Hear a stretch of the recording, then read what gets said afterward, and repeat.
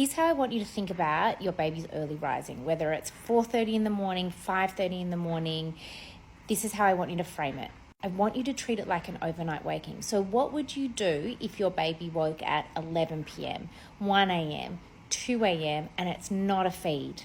How are you resettling them? Because I'm sure you're not just up to start the day at 1 a.m. So when your baby wakes at 4:30 or 5:30 in the morning, and we're looking at this as early rising, and we're looking to delay the act of getting up until 7 a.m. to help re-nudge their body clock to say, hey, fun is happening at 7 a.m., stay asleep until then, I want you to treat it as if it was 11 p.m. or 1 a.m. Now, I absolutely appreciate that sleep pressure is significantly lower at 5:30 in the morning than it is at 11 p.m. at night. So I know that me saying resettle, sleep train out the early rise is not easy, but it is incredibly effective for those families that don't want to just say, okay, well, it's 5:30, let's get up and start the day. So if that means that you're going in and rocking your baby all the way back to sleep, fantastic. If you're padding and shushing, amazing.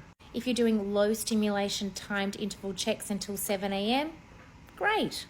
Whatever it is that you do at the rest of the wakings overnight, that's what you're going to do at 5:30 in the morning until 7 a.m. Even if your baby doesn't go back to sleep on those first couple of mornings. If they do, hallelujah. Particularly most of the time, if a baby's up in the 4s, they're going to go back to sleep. But what I see is that if we do it until 7 a.m., even a baby that's woken in the 5s, is that maybe on day 1, they don't. Maybe on day 2, instead of waking at 5:30, they woke up at 5:50. Fantastic. We've already nudged the body clock a little bit. And babies love to go back to sleep like 6:30, 6 a.m. And so if we have pulled the pin at 6 a.m., we have missed that opportunity for them to fall back asleep, which is what all this hard work is for. People always make it seem like I'm asking you to do something out of the ordinary, but I'm going to challenge you to say, think of the early rise as an overnight waking and treat it as such.